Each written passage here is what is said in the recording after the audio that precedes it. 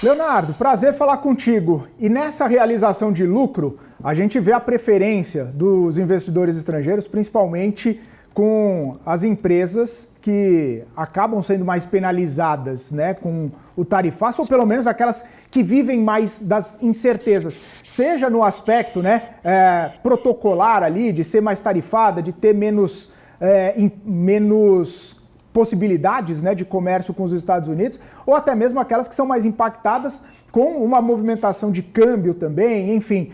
Eu queria entender na sua percepção, né, se efetivamente, né, a gente tende a ver, e aí eu listo, né, WEG, Embraer e outras companhias que acabaram sofrendo bastante, elas devem continuar sendo as mais impactadas, as mais prejudicadas, até que haja pelo menos uma tentativa ou um sinal de entendimento entre os dois países? Sem dúvidas, sem dúvidas. Você mesmo enumerou algumas empresas, então WEG, Embraer, também temos aí a Tupi, por exemplo, são empresas cuja receita depende muito do comércio com os Estados Unidos. Principalmente a Embraer, né? Creio que deve ser a mais impactada. Portanto, sim, sem dúvidas, isso é verdade. Porém, nós temos que nos lembrar que muitas vezes, quando o investidor externo faz uma análise do nosso país, ele faz uma análise um pouco menos profunda do que o investidor local costuma fazer. Não que não haja profundidade, mas ele tende a ver a Bolsa Brasileira muito de uma forma mais uniforme do que nós vemos aqui. Então, não à toa que muitos deles decidem colocar posições no índice Ibovespa em si, não ações propriamente ditas, no famoso stock picking, né? Ou seja, é um movimento que sem dúvidas impacta mais essas empresas de forma mais estrutural, mas principalmente nesse primeiro momento, o momento da manchete, do holofote, ele impacta o país e a Bolsa Brasileira de uma forma uniforme, porque é aversão ao risco, é todo mundo querendo realizar lucro e querendo tirar uma parte de capital do país.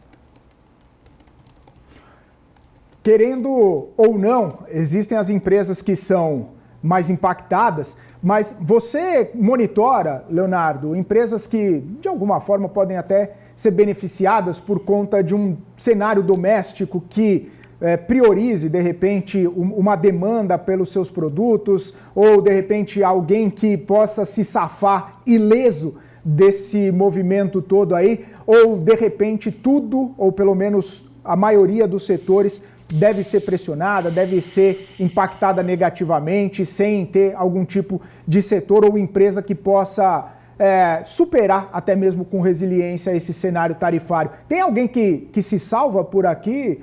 Claro, sem tentar ser alarmista aqui, que todo mundo vai se dar mal, mas existe nesse monitoramento alguém que possa se dar bem em contrapartida, Leonardo?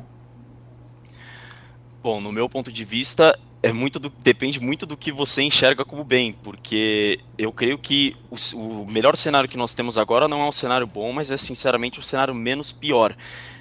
Então, definitivamente, empresas que têm as operações um pouco mais aqui para o Brasil ou que conseguem diluir uma parte das suas exportações que iam para os Estados Unidos para outros países ou para o mercado interno, inclusive, tendem claramente a se dar melhor do que certas outras empresas.